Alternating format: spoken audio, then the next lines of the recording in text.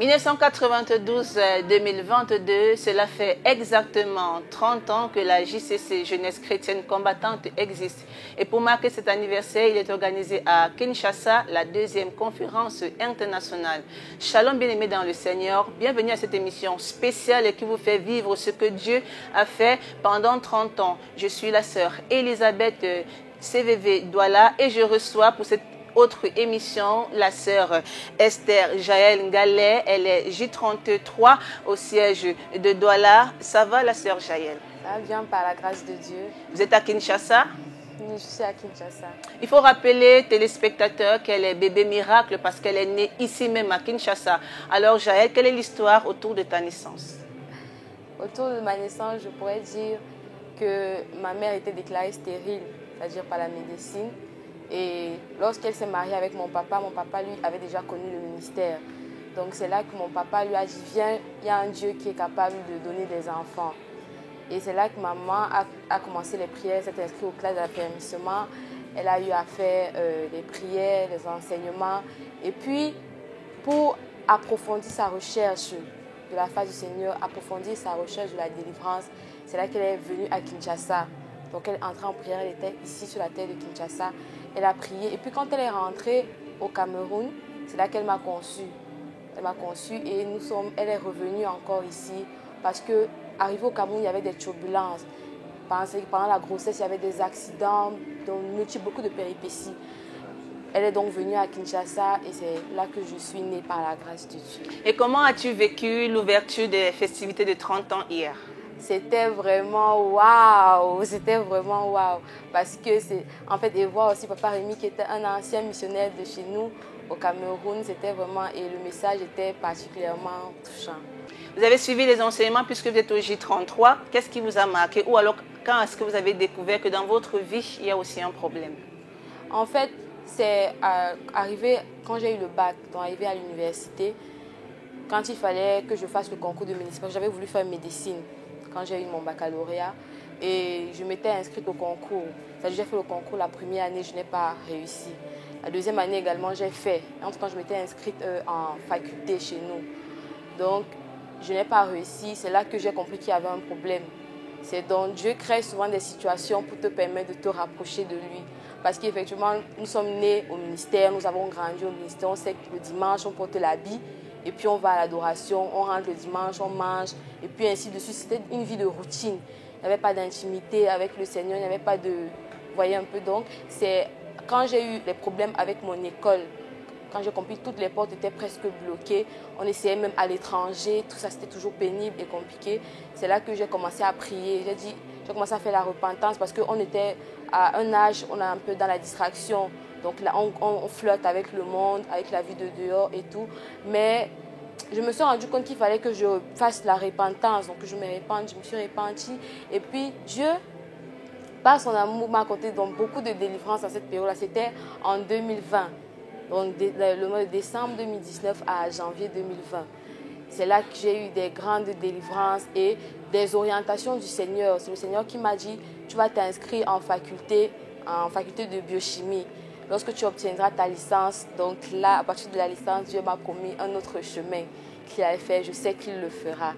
Donc ça, c'était vraiment les circonstances de ma conversion. C'est là que ma vie avec le Seigneur a démarré. Vous avez tantôt dit que la prise de conscience est arrivée lorsque vous avez connu des échecs dans vos études. Alors, qu'est-ce que vous avez découvert dans votre famille comme condamnation? Parce que vous êtes un bébé miracle, il faut le dire. Vous êtes né au ministère et dans la marche avec le Seigneur, vous avez découvert quoi? Donc, il y a des choses on ne rêve pas.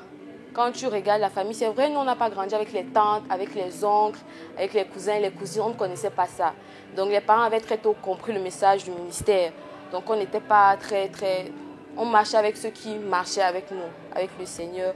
Donc, c'est au fur et à mesure, en grandissant, que j'ai appris, j'ai un peu observé. C'est là que je me suis rendu compte que et du côté de papa, Ils étaient 2 femmes, ils étaient 2 sœurs, 2 femmes. Il y avait 2 filles. La première a fait 2 enfants avec 2 pères différents. Et après, elle est décédée. La deuxième aussi a fait 3 enfants avec 3 pères différents. Ensuite, elle est décédée. Du côté de maman, ils sont, je crois, 12.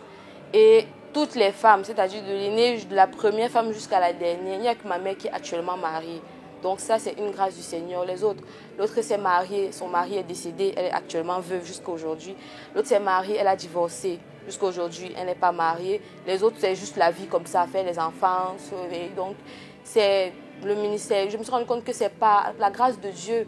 Si mes parents sont mariés, si ma mère est mariée, si mon père lui aussi, il est marié. Donc effectivement, je me suis rendu compte que c'est une condamnation qui pourrait me rattraper, qui pourrait rattraper ma vie, rattraper la vie de mes frères et de mes sœurs. Ça, c'était un constat. Et même du côté spirituel, il y avait beaucoup de... Donc, j'ai des révélations que je faisais. Donc, c'est là vraiment que... C'est vraiment ce que je peux dire. Donc tu es sorti de la routine d'être derrière les parents, tu as pris conscience qu'il y a une condamnation, il y a un problème et tu as pris conscience. Et à 30 ans, qu'est-ce que le Dieu de la JCC Douala a fait dans ta vie? En 30 ans, 30 ans c'est l'âge de la maturité effectivement. À 30 ans, un enfant est conscient de ce qu'il veut dans la vie. À 30 ans, un enfant sait ce qui est bon pour lui, ce qui n'est pas bon pour lui. Moi, je peux dire qu'en 30 ans, j'ai effectivement réalisé quel était le chemin que je devais suivre. Parce que même si je suis vivante, si je suis née, c'est parce qu'il y avait un Dieu. Et un Dieu que Maman Lang avait cherché, qu'elle avait trouvé. Elle a porté le message et nous avons cru au message. Donc, je sais effectivement qu'il y a la vérité, que c'est la vérité. Nous sommes au niveau de la vérité et c'est là que je m'accroche. En 30 ans, je peux dire que j'ai effectivement pris conscience de ma vie. L'Éternel m'a apporté beaucoup de délivrance. Sans ça, peut-être, je serais aussi mère. Un enfant, 2, 3 enfants, qui sait, peut-être je serais... Mais Dieu m'a épargné de beaucoup de choses, même des accidents. J'ai fait des accidents, c'est-à-dire fatiguer les malades. Parce que le diable sait que c'est une bénédiction que l'Éternel a accordée, donc les attaques ne manquent pas. Mais l'Éternel continue de se souvenir, l'Éternel continue de protéger. Même aujourd'hui, en 30 ans, on peut dire qu'on a aussi les petits derrière nous. On peut dire qu'on sert aussi Dieu à la JCC. On peut dire qu'on travaille, on est dans l'œuvre. Donc vraiment, et à part ça, l'Éternel aussi bénit, par exemple, avec des entreprises dont je suis entrepreneur.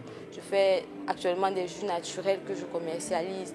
Mais il y a encore beaucoup de choses que le Seigneur fera et qu'il continue de faire. En 30 ans, vraiment, il y a un bilan très positif.